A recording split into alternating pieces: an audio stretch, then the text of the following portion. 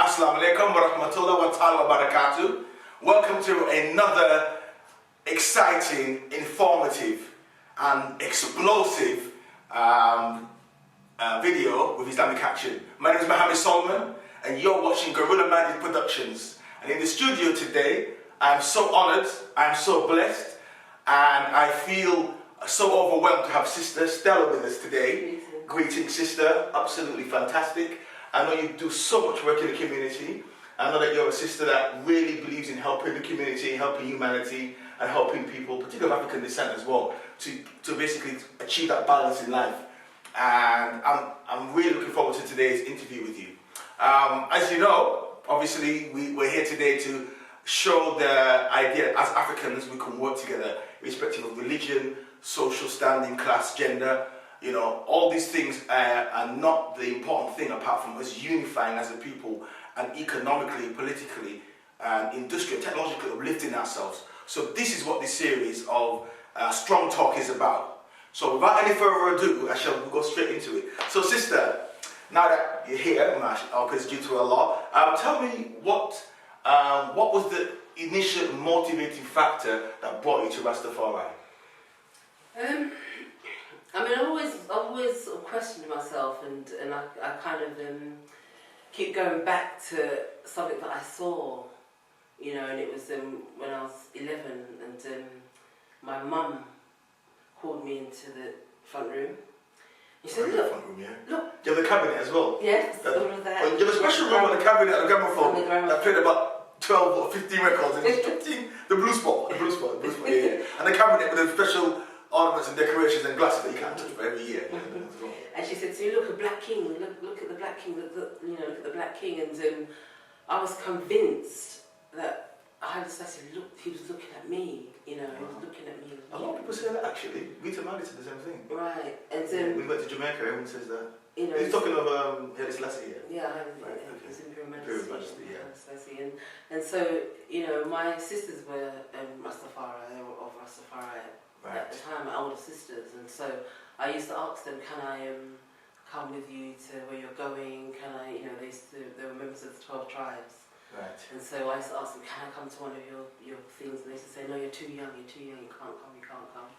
And then eventually they allowed me to come with them.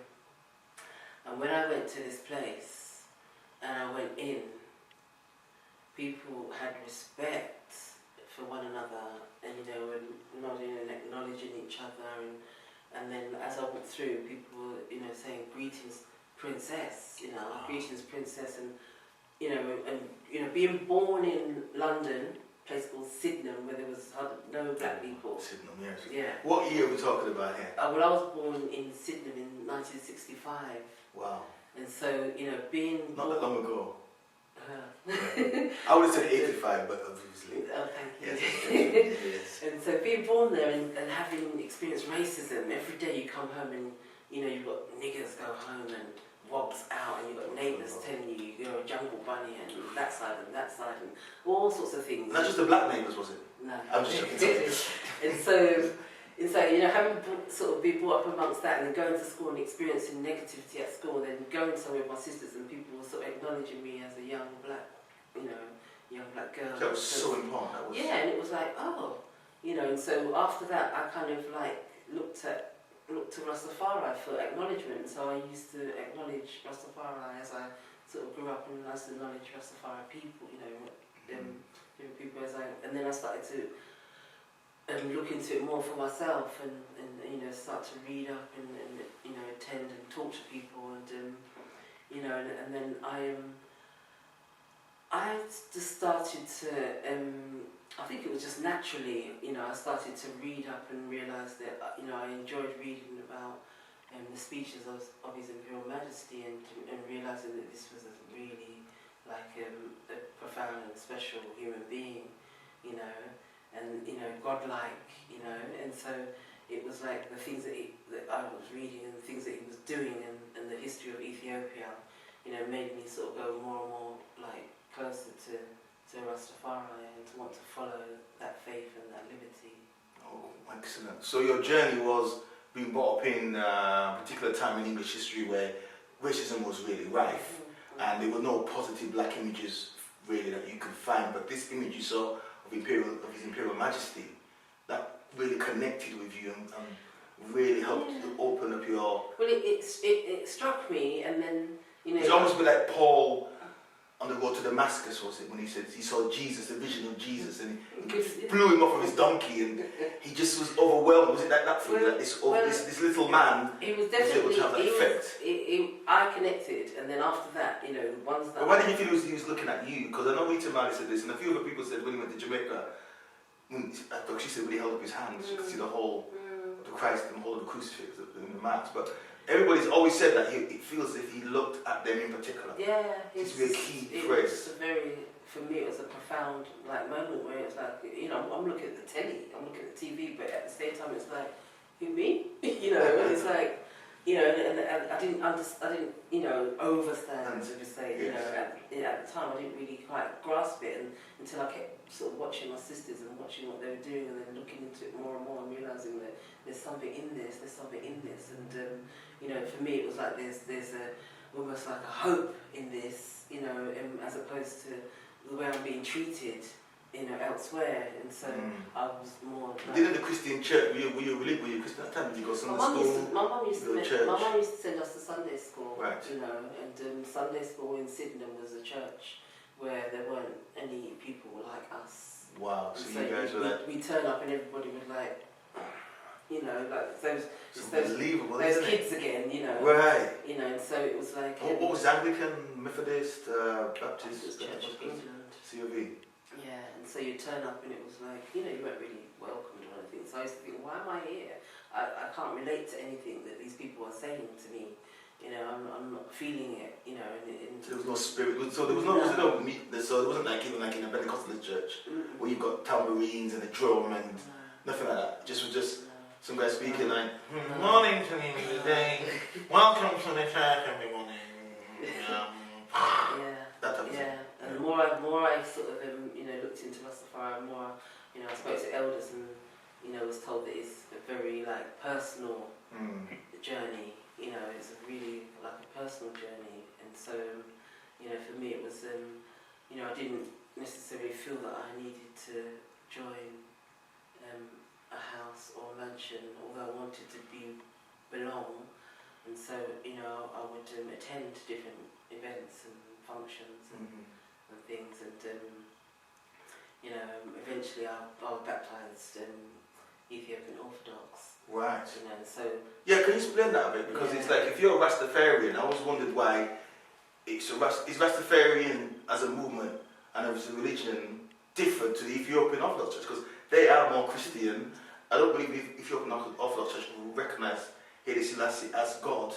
So why, it's almost like, is that not a bit of a contradiction? Well, Rastafari is not a religion, it's a faith, it's a way of life. So it's a way of life, okay. Yeah. So it's not a religion, okay. And the Ethiopian Tawahedo Orthodox Church,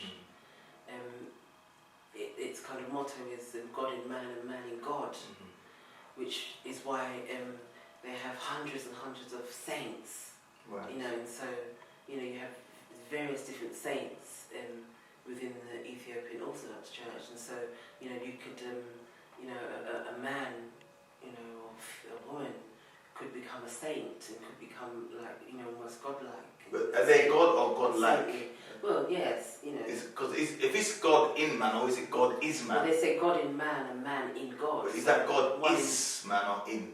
Is there a difference between in and is? In God in man and man in God. So it's almost like it's like God is in you and you are you are of God as well. But you're not God. Well, you are of God and you are in God and God is in you. So if God is in you, then you must manifest as a God, as a God. So we're all gods? Yeah. Right. So is there any higher, is we God with a small g or a capital G? You tell me. Well, I think that, you're obviously here to explain your beliefs, not your beliefs, it's your faith, your faith. And I think it's important that, you voice your power and say what represents you best rather than myself. Well, for me, I see myself as, really spiritual in terms of like, that if God is in me, then I am also like of God, and therefore, I'm also spiritual, and so I think that, for me, my journey, if you like, has been, of first of all, like enlightenment in terms of finding out, and then becoming sort of part of something, and then being baptized into it. Yes. And so within Rastafari, say for example, there are different what they call houses and mansions, and each house and mansion have maybe a slight different take on things, just like all the different religions in the world, if you like. And so within Rastafari, you have the 12 tribes of Israel, which came. So do you see yourself as Hebrews when you say of Israel? Are you literally the biblical descendants of Israel? Well, I'm not a member of the 12 tribes of Israel. Okay. You're not a member of the 12 tribes? No. But is that what the 12 tribes believe? I mean, that's what they subscribe to, is the 12 tribes, so... I'm not sure. Not sure. So what is your actual denomination? I'm Ethiopian Orthodox. Right, and how does that differ from the 12 tribes or Naibingi or... So you have the Naibingi, which is the spiritual side of Rastafari. And so, that is sort of based on Queen Naibingi. She was a great warrior, she was a great spiritual warrior, so it's very much about, survival and strength and, within spirit. And so with Naibingi you will have ceremonies where you have drumming and evoking of different types of spirits. And so then you will have the Boba Shanti, which is derives from Prince Edward Emmanuel, and so again that's another sort of section or another part of Rastafari. And so Boba Shanti have a priestly kind of order, so theirs is they follow like almost like part of the Ethiopian Orthodox in terms of priesthood. They follow like the Levite tribe, Levitical tribe, like in the Old Testament. Well, that would be like say with the 12 tribes now you have the different tribes that represent different tribes in the Bible. Yes. And so then they will have a different take on it. And so So the EWF, that's the 12 tribes. No, so that you have the 12 tribes of Yes. Israel, you have the EWF, which is the Ethiopian World Federation. Yeah. That was set up by His Imperial Majesty Haile Selassie. Right. And originally that was the organisation that was set up for refugees from the wars in Ethiopia. Right. So repatriation. Well, when Mussolini invaded Ethiopia, and there were refugees, and there were people displaced, and so the Ethiopian World Federation was set up because there were people that went to Ethiopia to help and assist, and in return he offered the land in Shashamani, but he also said that there needed to be an entity to manage this whole process, and so he gave a constitution. He wrote a constitution for the Ethiopian World Federation, and at that time it was African Jews, it was Pentecostal, it was Seventh-day Adventists, it was black people from the world that wanted to help Ethiopia, so the Ethiopian World Federation was set up for that, and eventually Rastafari came as well. So Rastafari was originally developed in Jamaica.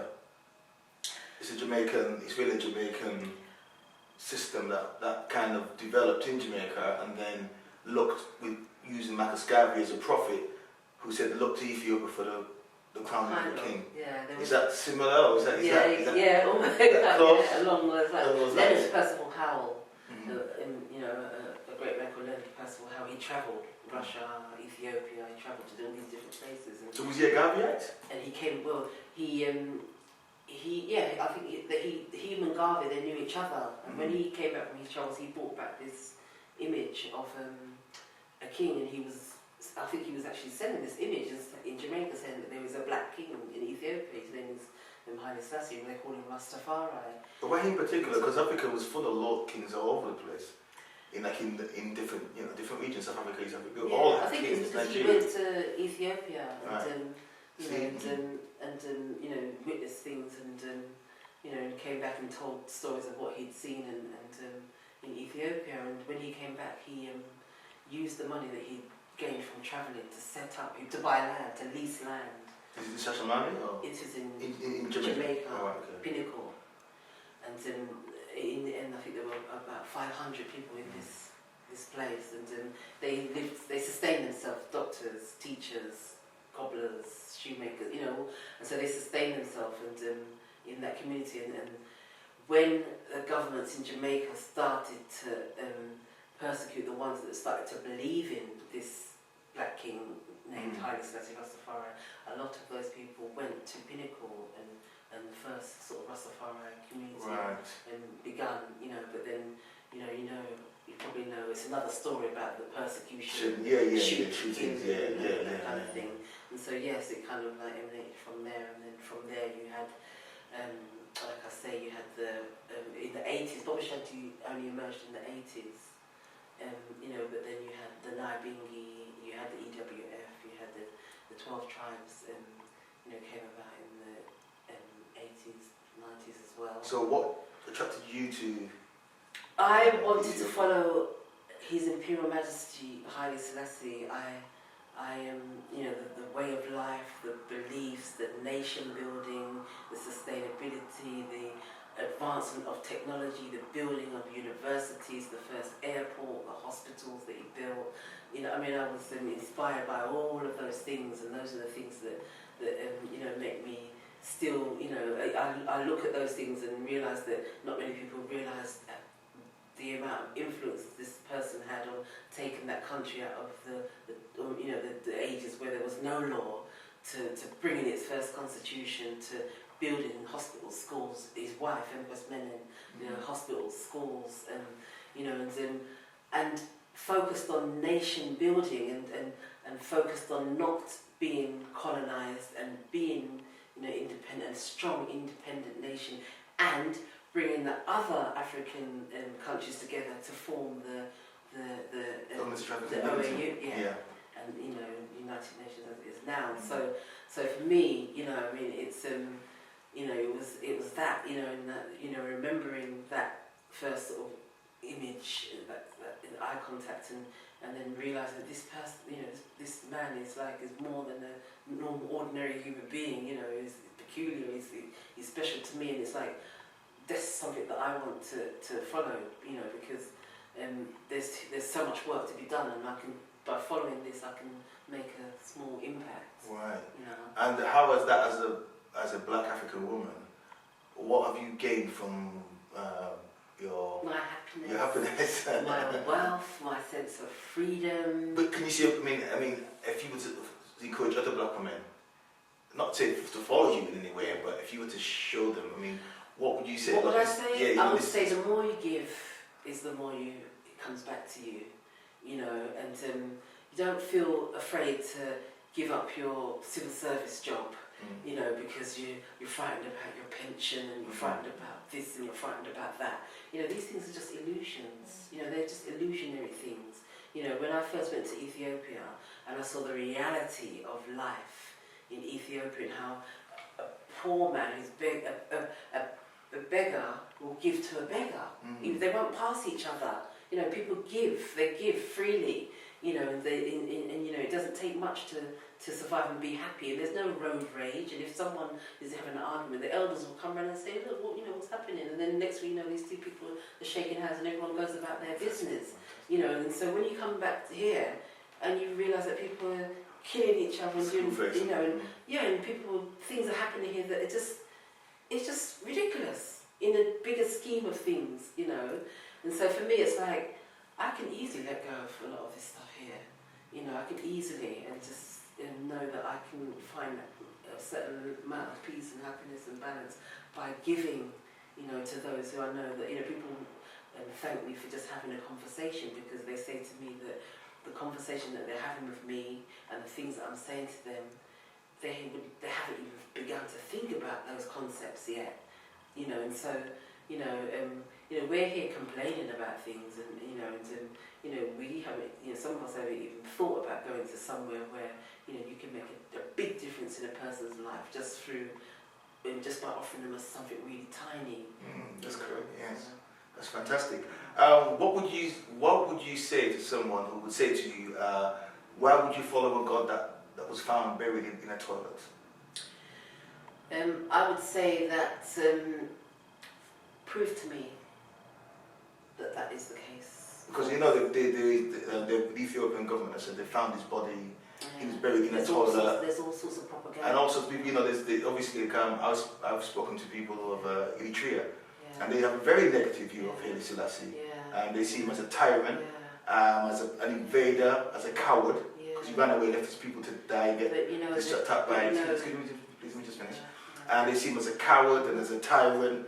And they see him as a man, nothing more than a man, a frail man, fallible man, who was corrupt, was basically the CIA controlled him. He did everything he could to oppress his people, and just a noble tyrant. And they don't see anything divine in him at all. And maybe on a psychological level, because he was this first image for you when you were young, and he helped kind of answer some of the issues you had around your identity, you've latched onto this figure on a psychological aspect, and really in a way you cannot be objective when it comes to looking at this man, because he's having him as divine. He's wrapped up in your very mental, he's almost in your, in your mental image of yourself, a crack in that to admit this person is not God and he's just a man and he made mistakes, would also crack a long-held belief that you have. What would you say to that comment? No comment. But I would say, and what do they say about Malcolm X? And what do they say about, Marcus Garvey? But Malcolm X is not God. He's not claiming to be God. But, some people, all of our great, black ancestors, what did they say about all these people? What did they say about all of these people? Yes. I have to look at things on a balanced level and look at what has been said about our people. But he did invade Eritrea. He did send his troops in, and he invaded another sovereign country. What's God like about that?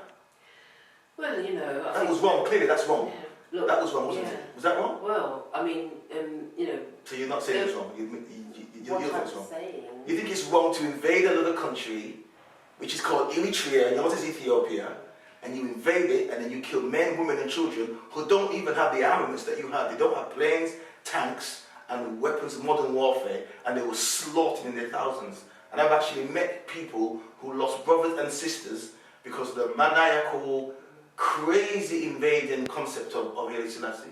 Do you think it's wrong? Would you say that they're wrong in their view of him, or would you say they're right to have that view? I think that everybody is entitled to their view, and I think so you're not answering the question? I think that everybody is entitled to their view. Yes. I also think that there are. So the slaughter of their families, their men, their children. You can't say that was wrong. You honestly can't look at that objectively as a human being and say it was wrong for another country to invade another country and slaughter men, women, and children who can't even defend themselves. You cannot say that. I think that any killing of another human being is unjust. Correct. And I also. So we can agree that it was wrong what he did. I know. Okay. And So Haile Selassie, as God, was wrong. I also think that attempt to invade another country. I also think. Which you admitted. You said you agreed was wrong. I think that any killing of another human being is wrong.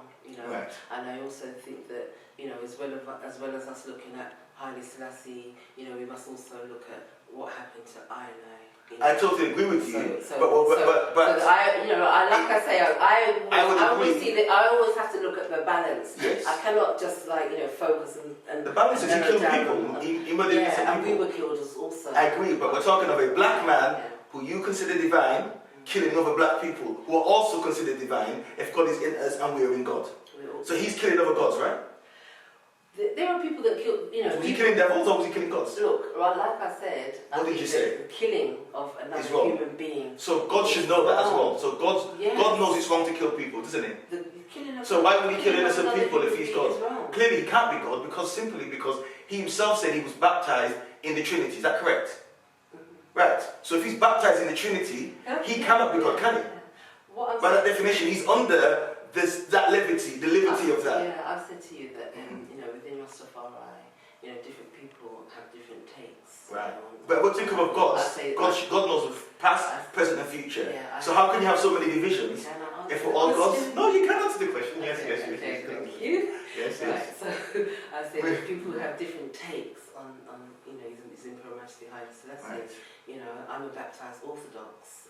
So I've followed His Imperial Majesty. Was he baptized? As a divine, yeah, in whose name was he baptized? His own name or the name of God? Shall I answer? Yes.